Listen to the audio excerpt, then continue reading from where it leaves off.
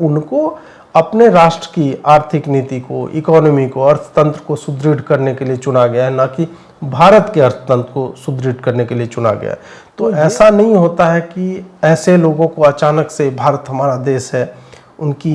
याद आने लगती है और जो है पूरा एकदम दिल खोल के नहीं भारत माता की जय वो करने लगते हैं कि जो कन्वर्ट होता है ना दूसरे मजहब में, तो वो जो नेचुरलाइज्ड उसी मजहब का व्यक्ति है उससे ज़्यादा कट्टर होता है।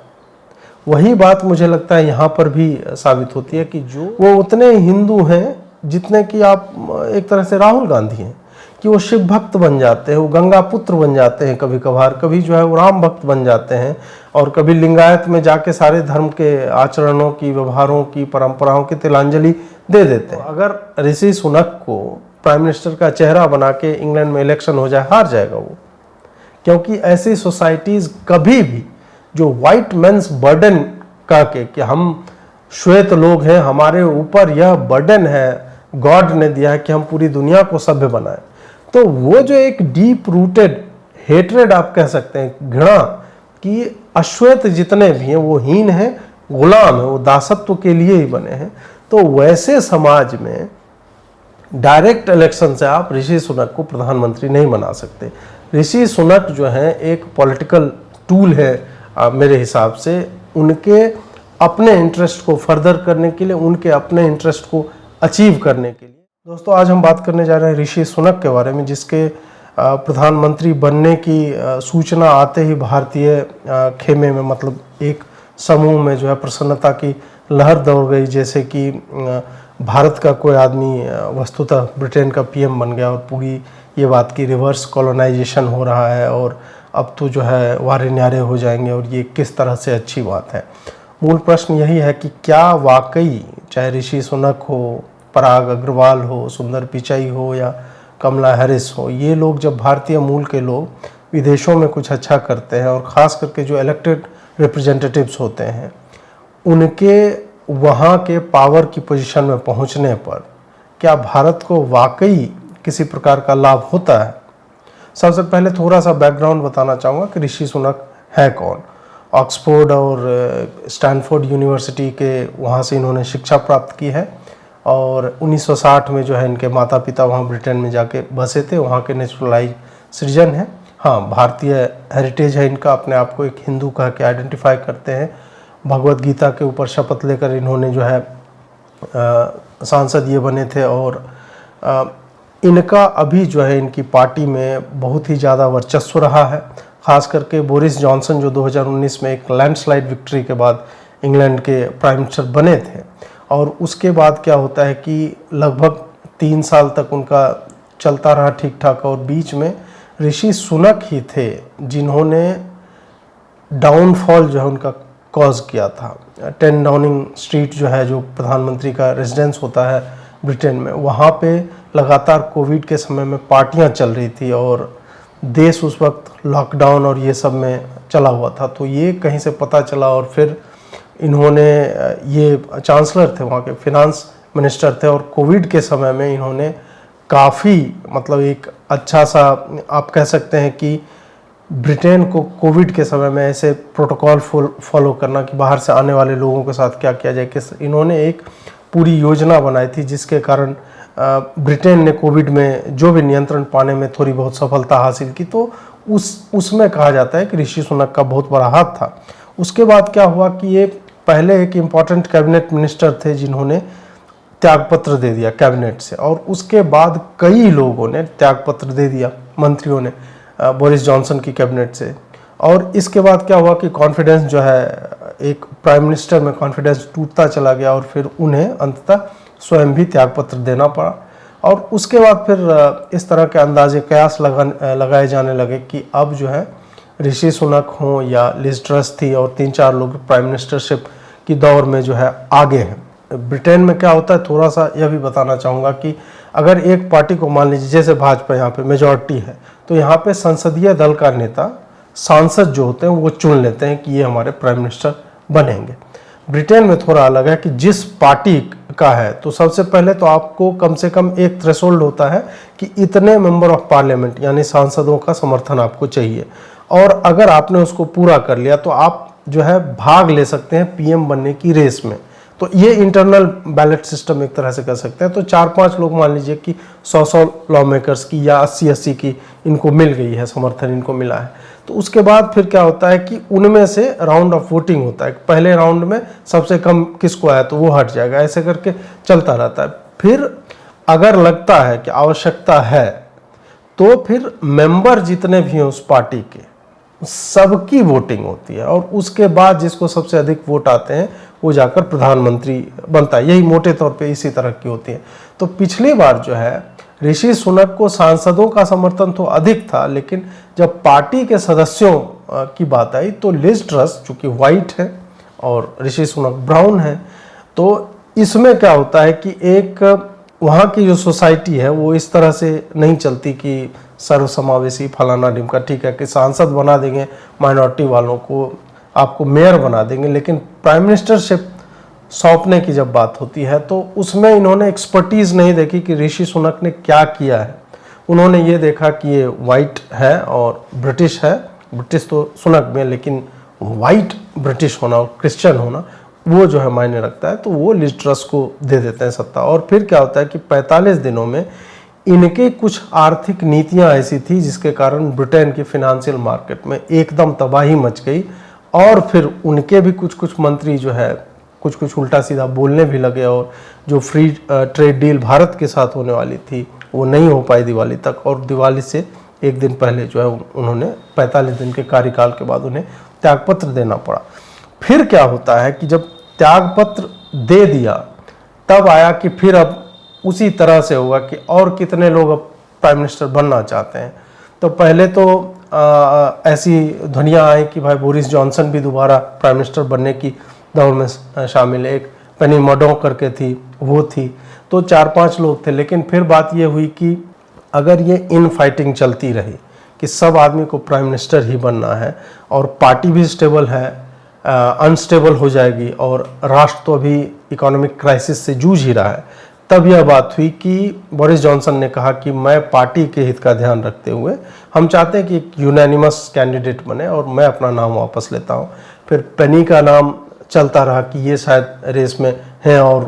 होगी उसके बाद वोटिंग, लेकिन अंतिम दिन जिस दिन नॉमिनेशन देना था तो उस दिन उन्होंने भी अपना नाम वापस ले लिया। तो फिर ऋषि सुनक अकेले कैंडिडेट बचते हैं और उन पर पार्टी ने यह आस्था जताई है कि वो इस इकोनॉमिक टर्मोइल से जो है इनको बचा सकते हैं देश को, और सुनक को यूनानिमसली एक तरह से सेलेक्ट कर दिया गया और वो शपथ लेंगे आने वाले कुछ दिनों में। अब जिस तरह से लिखी जा रही है भारत में, अगर आप मीडिया रिपोर्ट्स देखें तो एकदम फेदर इन इंडियाज़ कैप ऐसे करके कि भारतीयों के लिए काफ़ी प्रसन्नता की बात है कि भारतीय मूल का व्यक्ति या जो भारतीय परंपरा का हिस्सा है, एक हिंदू जो है ब्रिटेन के मतलब वहाँ के पार्लियामेंट में प्राइम मिनिस्टर की हैसियत से वहाँ बैठेगा और नीतियाँ तय करेगा। क्या वाकई ये भारत के लिए कोई प्रसन्नता की बात है? मतलब जिस तरह से लोग सेलिब्रेट कर रहे हैं, तो आपको कमला हैरिस तो याद होगी किस तरह से वो इंडियन करी बना रही थी और इडली और सांभर इस तरह से उनका चल रहा था कैंपेन के समय में, और उस वक्त भी पूरा कि भारत की बेटी बनी उपराष्ट्रपति, फला पूरा माहौल एक बनाया जा रहा था। उसके बाद आपको जानकर आश्चर्य हुआ कि बाइडेन की एडमिनिस्ट्रेशन में उसमें सबसे अधिक अभी तक के भारतीय मूल के लोग हैं। और अब आप याद कीजिए कि चाहे पाकिस्तान को लेकर या चीन को लेकर और रूस के साथ जो भारत के व्यापारिक और सामरिक संबंध है उसको लेकर बाइडेन ने भारत पे कितना प्रेशर बनाया है। बाइडेन ने किस किस तरह के एक तरह से आप कह सकते हैं कि थ्रेटन किया है सॉफ्ट टोन में, हार्ड टोन में भारत को, और पाकिस्तान के ऊपर उसकी नीति में कोई बदलाव नहीं आया। अफगानिस्तान में उन्होंने क्या किया, ये सब बाइडेन के समय में हुआ जब भारतीय लोग उनके कैबिनेट में भरे हुए हैं। तो ऐसा नहीं होता है कि ऐसे लोगों को अचानक से भारत हमारा देश है उनकी याद आने लगती है और जो है पूरा एकदम दिल खोल के नहीं भारत माता की जय वो करने लगते हैं, और बाइडेन को नहीं हम भारत के हैं तो आप भारतोन्मुख नीतियाँ बनाइए। ऐसा नहीं होता है। मूलतः ऐसे लोग जो एक तरह से आप कह सकते हैं कि जो कन्वर्ट होता है ना दूसरे मजहब में,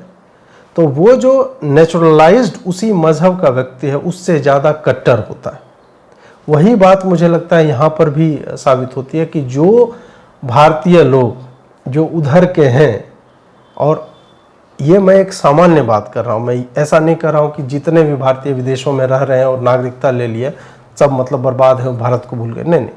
आपको ध्यान में आ रहे होंगे स्वेला ब्रेवरमैन जो लिज ट्रस की कैबिनेट में मिनिस्टर थी, उन्होंने जिस तरह की बातें की, उन्होंने कहा कि नहीं मैं मतलब ठीक है कि मेरी माँ बाप केन्या और भारत के हैं, लेकिन मुझे एम्पायर ने जो किया है वो बहुत ही अच्छा था, ब्रिटिश एम्पायर की वो बात कर रही थी। फिर उन्होंने बोल दिया कि हम जो है भारत से जो फ्री ट्रेड एग्रीमेंट की बात हो रही है और वहाँ से ये लोग वीज़ा अधिक मांग रहे हैं अपने स्टूडेंट के बारे में, तो वो सब को लेके उनके जो विचार थे काफ़ी नकारात्मक थे। उन्होंने कह दिया कि भारतीय लॉट जो है, इंडियन समूह जो है, भारतीय लोगों का समूह, वो वीज़ा एक्सपायरी के बाद सबसे अधिक समय तक यहाँ पे टिके रहते हैं, मतलब ब्रिटेन से बाहर नहीं जाना चाहते, इसलिए हमें उस बात को और भी ये करना होगा। बाद में फिर लोगों ने याद दिलाया कि ब्रिटेन से अधिक तो कोई भी देश, वो तो बिना वीज़ा के हमारे यहाँ आए थे, 200-250 साल वहाँ पे रुके रहे, तो उन लोगों को तो कम से कम इस तरह की बातें कहने का तो कोई अधिकार है नहीं। तो जब हम वही ऋषि सुनक की भी बात करते हैं तो संभवतः यह बात लागू होगी कि उनको अपने राष्ट्र की आर्थिक नीति को, इकोनॉमी को, अर्थतंत्र को सुदृढ़ करने के लिए चुना गया है, ना कि भारत के अर्थतंत्र को सुदृढ़ करने के लिए चुना गया है। तो ये हमेशा वो अपने इंटरेस्ट देखेंगे, वो अपने राष्ट्र के लिए कार्य करेंगे। तो जब हम ऋषि सुनक की हम बात करते हैं तो ऋषि सुनक भी उसी शिक्षा पद्धति से आए हैं जिसने अभी भारत में चाहे नैरेटिव को लेकर हो, भारतीय परंपराओं को लेकर हो, सनातन धर्म को लेकर हो, इस पर जो है चहुं ओर से जो आक्रमण करने वाले लोग हैं, तो वहीं से ये हार्वर्ड, स्टैनफोर्ड और ऑक्सफोर्ड ये लोग जो है वहीं से आए हैं। तो मुझे बहुत अधिक आशा जो है इनसे है नहीं। और इनका एक जुलाई में एक ट्वीट आया था कि इन्होंने अपने जो इनकी जो कॉन्स्टिट्यूएंसी है तो वहाँ पे इन्होंने लिखा है कि मैं जो है जो भी बीफ का उत्पादन करते हैं वो किसान मेरे मतलब मित्र हैं, मेरे लोग हैं वो, और मैं उस इंडस्ट्री को सपोर्ट करने के लिए मतलब जितनी हर संभव सहायता करूँगा। तो जो व्यक्ति गाय की पूजा करता आपको दिखता है, जो व्यक्ति मंदिरों में आपको जाता दिखता है, जो व्यक्ति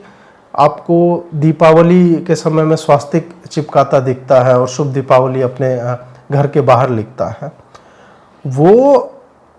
हमेशा मतलब आवश्यक नहीं है कि वो वास्तव में एक प्रैक्टिसिंग हिंदू हो और उसके दूसरे निहितार्थ ना हो। मेरे कहने का तात्पर्य, अब आप इसमें पूछिएगा कि क्या उसने जो किया वो गलत है? नहीं, बिल्कुल नहीं है। एक हिंदू होकर और वो एक लॉ मेकर भी है, और जिस समाज में वो रह रहा है वहाँ पे बीफ बहुत बड़ी इंडस्ट्री है और सैकड़ों, हजारों या शायद लाखों लोगों का उससे रोजी रोटी उनकी चल रही होगी, किसानों की। तो उसका समर्थन करना उसके नैतिक मूल्यों का और सामाजिक मूल्यों के अनुसार बिल्कुल उचित है, परंतु हमें उसमें एक हिंदू की छवि देखना, तब हमारे हिसाब से देखेंगे तब वो अनुचित है। वो अपनी जगह पे वो जो भी कर रहा है वो सही है। अब इसीलिए मैं कहता हूं कि हमें जो है इसे एक जश्न की तरह जो है वो मनाने की आवश्यकता नहीं है। वो उतने हिंदू हैं जितने कि आप एक तरह से राहुल गांधी हैं, कि वो शिव भक्त बन जाते हैं, वो गंगा पुत्र बन जाते हैं कभी कभार, कभी जो है वो राम भक्त बन जाते हैं, और कभी लिंगायत में जाके सारे धर्म के आचरणों की, व्यवहारों की, परंपराओं की तिलांजलि दे देते हैं। तो अब तो वही है कि राजनीति में अगर मोदी जो है वो त्रिपुंड लगाते हैं और वाहवाही होने लगती है, या वो राम मंदिर जो बन रहा है उसके भूमि पूजन में शामिल होते हैं, या अन्य जगहों पे जो उनकी धार्मिकता अगर वो प्रदर्शित करते हैं, चाहे चुनाव हो या ना हो, तब जिस तरह का एक माहौल बनता है, तो उस पे ट्विटर पे और सोशल मीडिया पे सेंटिमेंट एनालिसिस होती है, और राहुल गांधी को उनकी टीम बोलती होगी कि भाई राहुल जी इन सब चीज़ों से हिंदू अधिक प्रभावित होते हैं तो आप भी कीजिए। तो उनका क्या, वो तो वही है कि जैसे हनुमान जी ने उनको सिंदूर मतलब कह दिया कि माता को प्रिय, तो पूरे देह पे जो है वो लगा के आ जाते हैं कि पूरा एकदम लाल देह लाली लसाई। तो राहुल गांधी का वही है, वो उसको जब पहनना होगा तो कोट के ऊपर जनेऊ पहन लेगा, और माथे पे त्रिपुंड क्या मतलब पूरे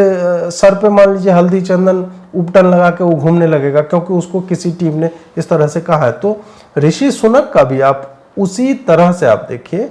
कि वो एक माइनॉरिटी कॉन्स्टिट्यूएंसी को अपील कर रहे होते हैं। उनका अपना एक धर्म है, एक डायस्पोरा को अपील करना है कि वो लोग उसे वोट दें, सपोर्ट दें, उनको फंड करें। हालांकि वो काफ़ी रिच, अमीर और धनवान व्यक्ति हैं, फिर भी जब पॉलिटिकल उनको सपोर्ट चाहिए होगा तो ऐसे लोगों का उनको समर्थन चाहिए होता है। तो उस वक्त उन्हें अपनी धार्मिकता, अपनी जड़ों की याद आती है। लेकिन वस्तुतः जब इकोनॉमिक पॉलिसीज आपको डिसाइड करना है, अपने राष्ट्र के किसानों का, कृषकों का भला करना है, पशुपालकों का करना है, तो वो बीफ इंडस्ट्री को सपोर्ट कर रहे हैं। तो फिर बीफ इंडस्ट्री को सपोर्ट करने वाला, उसका समर्थन करने वाला, और फिर एक जगह मंदिर में जाके गाय की पूजा करने वाला, तो ये एक विरोधाभास है।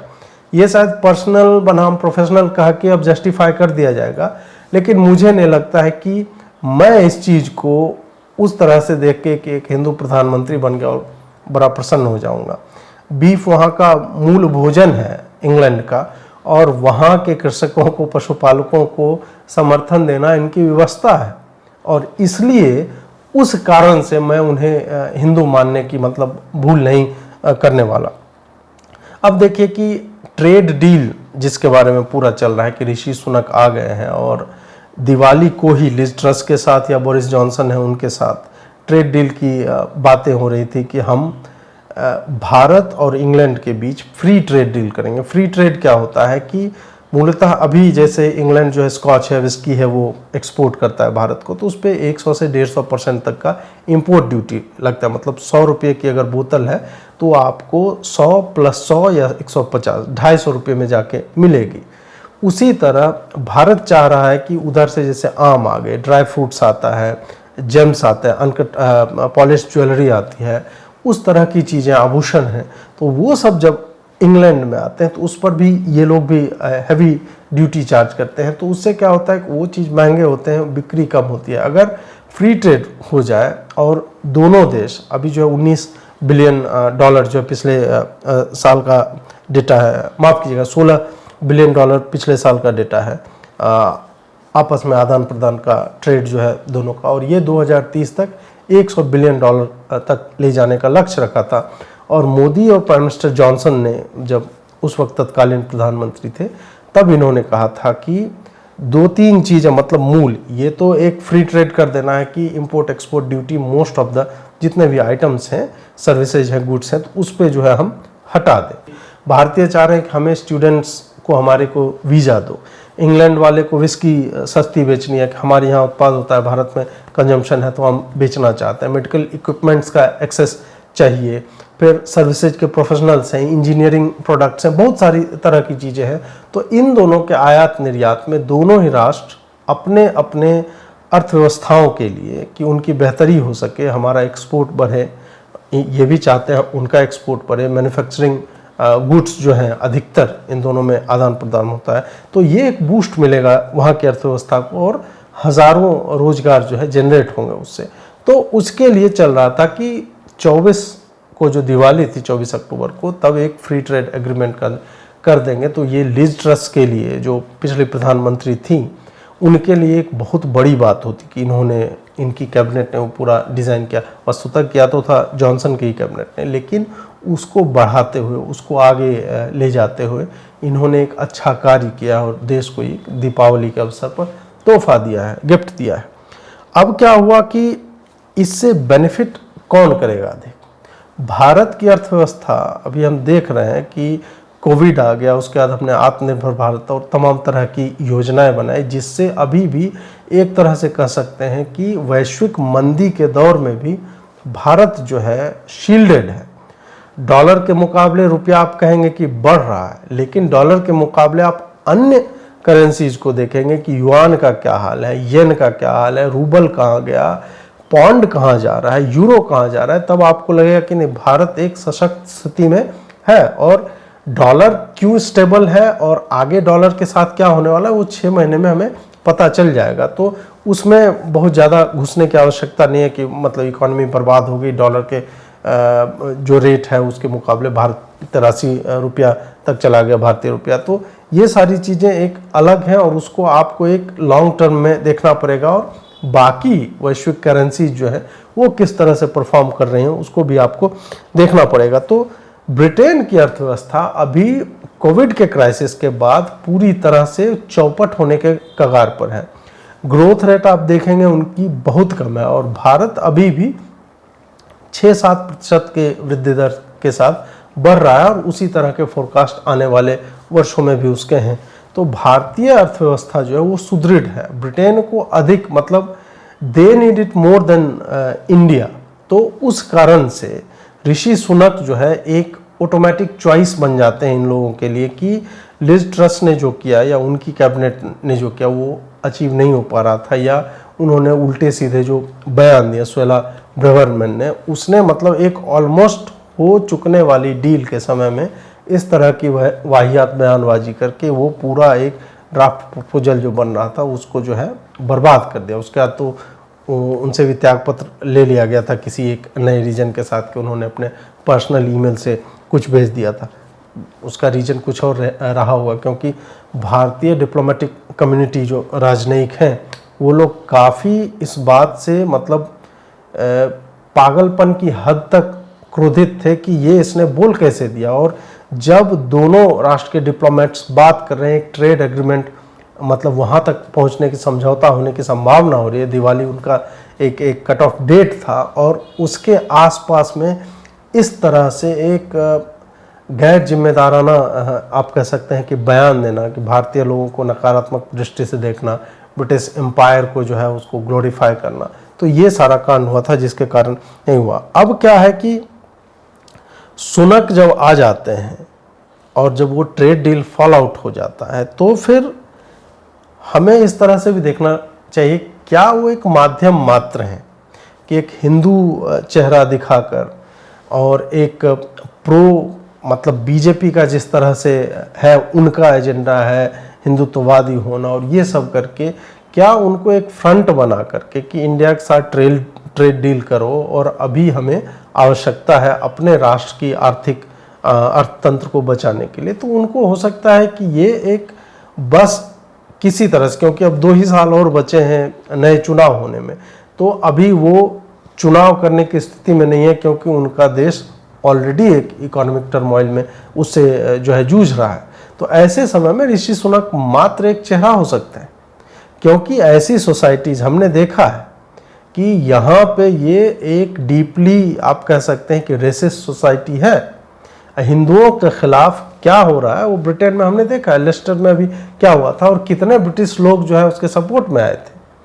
प्लस कॉलोनियल पास्ट पूरा ये लोग छुपा ले रहे हैं या अपने बच्चों को पढ़ाते तक नहीं है, और ये रिजॉइस करते हैं कि महारानी ने ये किया वो किया, पूरा उसको सेलिब्रेट करते हैं। और कितने मिलियंस ऑफ लोगों का नरसंहार ऐसी रानियों और राजाओं के कालखंड में हुआ है, ये सब वो लोग भूल जाते हैं। उनको लगता है कि नहीं हमने इनको सभ्य बनाया है। तो ये सारी चीज़ें देखते हुए कभी भी मतलब अगर ऋषि सुनक को प्राइम मिनिस्टर का चेहरा बना के इंग्लैंड में इलेक्शन हो जाए, हार जाएगा वो, क्योंकि ऐसी सोसाइटीज़ कभी भी जो वाइट मेंस बर्डन का के कि हम श्वेत लोग हैं, हमारे ऊपर यह बर्डन है गॉड ने दिया है कि हम पूरी दुनिया को सभ्य बनाएं, मतलब जो 14वीं शताब्दी तक एंग्लो सैक्सन वॉर्स हो रहे थे और जिनके पास लैंग्वेज तक अपनी एक फॉर्मलाइज नहीं हुई थी, ग्रामर नहीं था, ये लोग दुनिया को सभ्य बनाने चले।